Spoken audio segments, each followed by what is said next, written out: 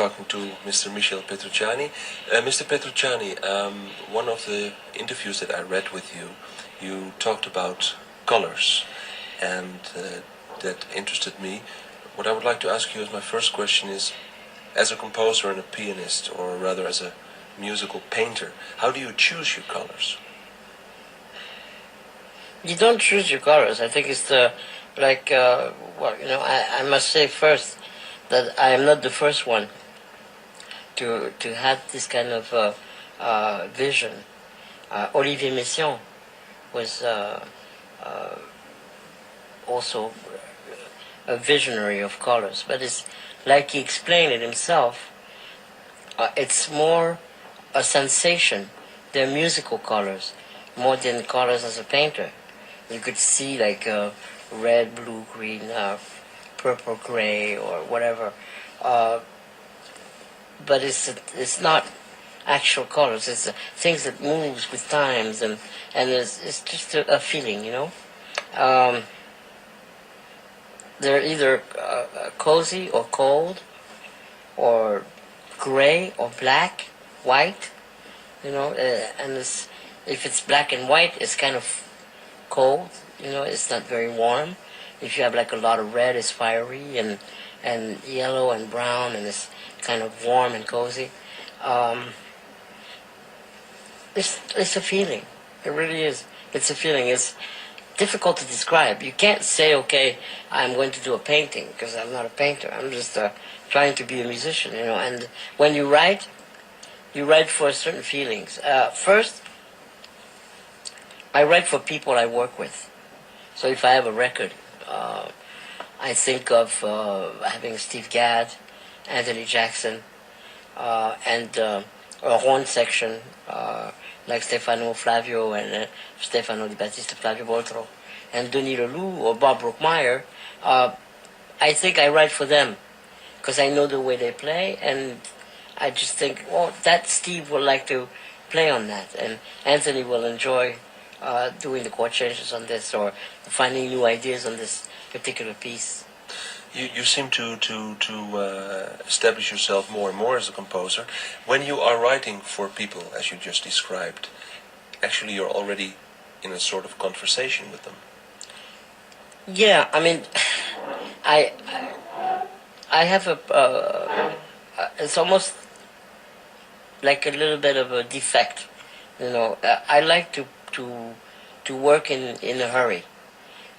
Sometimes I have a lot of time, and I say, well, you know, I wait, and sometimes about a week to a month before I'm ready for a project, I start doing everything, you know, because it excites me. If I have too much time, somehow I'm not as excited. So I try to first unite all the musicians, all the people that I want to work with, and then I write for them. After they say okay. Then you have written for them, then you take the music to them, and you start communicating all over again. Then I take the music to them, and then they rehearse, then we rehearse together, then we record. And then we record, and then we do the record, and we start doing a tour. And then when we tour, after a year, I want to erase the record and do another one, because it's 10 times better. Which is what's happening now. I mean, the Both Worlds is a very nice record, and I can't say it's not a good record, but the live performance now, after a year and a half of playing together, no, not a year and a half, a year, almost, yeah, because we did it in August. Yeah, after a year of playing together, I must say that it's much better. It's different. It changes. Yeah. The compositions and the music, when you write a piece of music, it's like you have a child.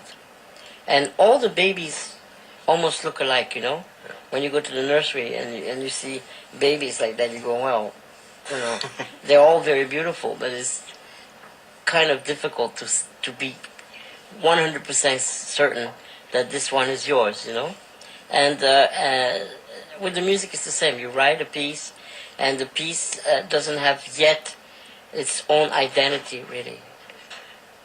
So in your case, it's a baby that is being created by 6 people instead of 2, huh? Right. Well, it's a baby that has been created.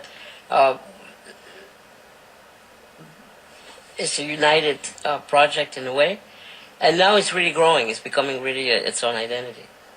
Like babies growing up, sometimes they turn out something different than parents have thought or wished or maybe expected. That's because they have a brain. In that case, it's still my brain. So as long as I don't turn bad, everything will be okay. I want to go back to the colors. You play as a pianist on all kind of different instruments. You're not the pianist who carries his own instrument with him all the time. Do you develop? That's not true. Oh, I'm sorry. That's not true. I carry my instrument with me. So you always play on the same piano? Yes. But not here? Yes, here too. Oh, here too? Yeah. Which is interesting. There's a big conflict with the festival because they're sponsored by Yamaha. Yeah. And I play Steinway. And I brought my Steinway piano, and they say, well, you know, can we put a sticker on the Steinway and a Yamaha put sticker. A Yamaha on it? And I said no, because otherwise I will have problems because I work with Steinway. So I think they made some adjustments, and if they didn't, maybe I'll never play this festival again. No. Maybe it's the last time. No. So please come, because I'll never be back here. What is the characteristic and the love that you have for a Steinway? Well, Steinway piano is the best pianos in the world. I mean, there's no. I mean, I do like Yamaha. They're nice instruments, but it's just that in terms of the tradition, it's hundreds of years, you know, of knowledge and care and. I mean, I'm not here to sell you the image of Steinway, but it's like the difference between a Rolls Royce and a motorcycle. It's just two different things, you know. Yamaha is good, but it's more, it's fresher, it's newer, younger, and Steinway is more like an institute. An institution, yes, an institution, really. My last question, you are probably going to play also pieces from both worlds? Everything. Everything from both Almost, worlds? Yeah. If you look at your set list, could you pick out a favorite? You know, I talked to you about my children, and it's like, you know, they're all different, you know. My grandmother used to say about kids, she says, we have 5 fingers in one hand, but they're all different, you know. And my sons are the same, and they come from the same sources. And I have a hard time to say which one I like the most. I tell you the truth, I think that I could do better the next time. I think they're okay. I like my songs. I like the work we did here, and I just hope that next year I come up with better ideas and better music, which is basically my goal in life. You know, is to grow every year, to get better every year. And this is good group. This is a great band. Probably the best band I ever had. And sometimes I like color more. Sometimes I prefer to play Brazilian-like. Sometimes I prefer to play. I have a better time with Chloe Miss Gershwin. I mean, it depends of the evening and also the way I feel. And so I don't really have any preferences. I just think that they're all good or they're all bad. I mean, as you like them, you know, as you wish. Okay.